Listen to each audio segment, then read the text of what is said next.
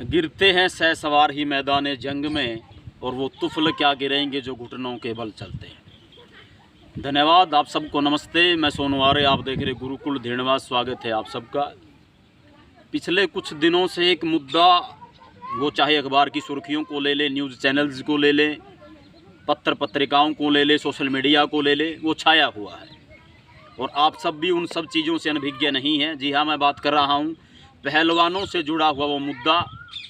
ब्रजभूषण, जो कि इस करके हरियाणा से जो संबंध रखते हैं, जितने भी कुश्ती के हमारे रेसलर्स हैं, जो कुश्ती खेलने वाले जो हमारे पहलवान, उन्होंने ये कहा कि जो ब्रजभूषण है वो महिला पहलवानों के साथ छेड़खानी करते हैं, यौन शोषण महिला पहलवानों का किया जाता है, जगह जगह उन्हें शर्मिंदगी का सामना करना पड़ता है। अगर इन चीज़ों को लिया जाए तो मैं मानता हूँ ये जो चीज़ें हो रही हैं, इनके पीछे कहीं ना कहीं देखिए कुछ न कुछ तो वास्तविकता अवश्य रही होगी। पूरी तरह से निराधार करके इन चीज़ों का खंडन कर देना मेरे हिसाब से ये सही नहीं रहेगा। यदि पहलवानों ने कोई बात उठाई है, हालांकि पक्ष और विपक्ष प्रत्येक चीज़ के हुआ करते हैं। आज दो धड़, वो चाहे किसी भी आंदोलन की हम बात करें, कोई भी चीज़ ऐसी रही हो जो बड़े जोर शोर से उठाई गई हो, उस चीज़ के पीछे, उसके पीछे जो लॉजिक जो होता है, पक्ष और विपक्ष आमतौर पर सदैव रहा करते हैं। जो सरकार से जुड़े हुए जो लोग होंगे वो उन चीज़ों के विपक्ष में खड़े होंगे, और जो सरकार से विरोध के जो लोग होंगे, यानी कि जो विपक्षी पार्टियां जो होगी, वो इन चीज़ों को और ज़्यादा जो हवा देने का काम करेंगे, क्योंकि उनको बैठे बैठा एक तरह से मुद्दा वो मिल जाता है। अब रही बात पहलवानों की, और उनकी कई बातों में कितनी ज़्यादा सत्यता है, इस बात के पीछे तो या तो वो स्वयं बता सकते हैं या कोई पुख्ता सबूत वो दे सकते हैं। अभी तक कोर्ट ने या जो सरकार की तरफ से जो 5 सदस्यीय 6 सदस्यीय या जो भी जितने भी लोगों की कमेटी, जो जांच कमेटी बनाई गई थी, उसमें मुख्य रूप से जो खिलाड़ी थे, पीटी उषा थी, और भी कई अन्य लोग थे जो वरिष्ठ खिलाड़ी रह चुके हैं, जिन्होंने देश के लिए खेलने का काम पहले किया है। उन लोगों की जांच कमेटी बनाई थी और उनसे ये कहा गया था कि आप निष्पक्ष रूप से इस सारी चीज़ों की जो है जांच करिए और बेहद कम समय में हमें इसकी रिपोर्ट सौंपिए। और उन्होंने जो रिपोर्ट सौंपी, उस रिपोर्ट के अंदर जो है इस बात का कोई तथ्य नहीं मिला कि ब्रजभूषण ने या अन्य किसी जो खेल से जुड़ा हुआ मंत्री था, उसने किसी खिलाड़ी के साथ किसी प्रकार की कोई छेड़खानी की है या यौन शोषण किसी पहलवान का वहाँ किया गया है। अब इसमें क्या रहा क्या नहीं रहा, इस बात के मामले में तो न मैं बता सकता हूं और न आप बता सकते हैं। अब कई लोग ये भी कह रहे हैं कि आज से 10 दिन पहले, 3 महीने पहले, 6 महीने पहले जो है वही महिला रेसलर्स ब्रजभूषण के साथ आराम से खड़े होकर के वो सेल्फी लेते थे, चित्र खिंचवाते थे, और वही ब्रजभूषण आज उनकी आंखों में जो है किरकिरी बन गया।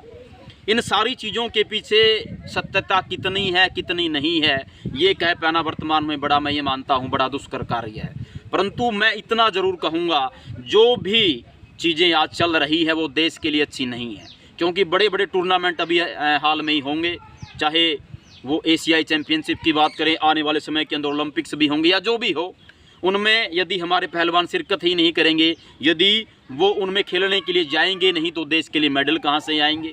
और वैसे भी यदि दृष्टिपात यदि जो है खेलों के इतिहास पर किया जाए, 145 करोड़ की आबादी देश की, और उसमें से मेडल्स कितने आते हैं, बड़े स्तर की मैं बात कर रहा हूँ, गिनती के मेडल्स हमारे यहाँ आते हैं, और वो मेडल्स भी हरियाणा जो है लेकर के आने का काम करता है। हालांकि पूरा देश जो है उसको आप किसी प्रांत के हिसाब से नहीं बांट सकते हैं। राष्ट्रीयता वो सर्वोपरि होती है, राष्ट्रीयता का भाव सर्वोपरि होता है।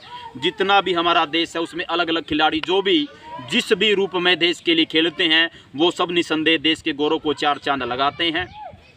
मैं आज की वीडियो के माध्यम से महज इतना जो है हमारी सरकार से, उन सभी पहलवानों से, उन सब लोगों से जो विशेष करके इन चीज़ों से जुड़े हुए हैं, मैं उनसे यही कहना चाहूँगा, जो सत्य चीज़ें हैं, जो वास्तविकता है, उन्हीं चीज़ों को जांच के माध्यम से आगे लेकर के आया जाए। यदि पहलवानों की कई हुई बातों के अंदर सत्यता है, यदि वास्तविकता में उनके साथ यौन शोषण किया जा रहा है, उनके साथ छेड़खानी की जा रही है, तो मैं ये मानता हूँ ये डूब मरने जैसी बात है। मैं मानता हूँ उन लोगों को, चाहे वो कितने भी बड़े पद के ऊपर बैठे हुए लोग हों, उन्हें चुल्लू भर पानी के अंदर डूब मरना चाहिए। और मैं ये भी मानता हूं जो वर्तमान में चाहे प्रधानमंत्री जी हों या बड़े से बड़ा कोई मंत्री हो, उनको आगे बढ़ करके इन मामलों में अब मध्यस्थता करनी चाहिए, उनको दूध का दूध और पानी का पानी करना चाहिए। यदि पहलवानों को आज न्याय नहीं मिल रहा है तो ये देश के लिए बड़ी दुर्भाग्य की बात है। देखिए, राजनीति की जहाँ तक बात है, जितनी भी राजनीतिक पार्टियां, चाहे कांग्रेस की बात करें, आम आदमी पार्टी की बात करें, किसान संगठनों से जुड़े हुए लोगों की बात करें, वो सब लोग जाएंगे पहलवानों के पास और अपनी अपनी जाकर के वहाँ राजनीतियाँ करेंगे और अपनी अपनी राजनीतिक रोटियाँ सेकने का काम वो सब करेंगे। और उसमें जो मूल मुद्दा है वो मूल मुद्दा छिप जाएगा, वो गौण हो जाएगा।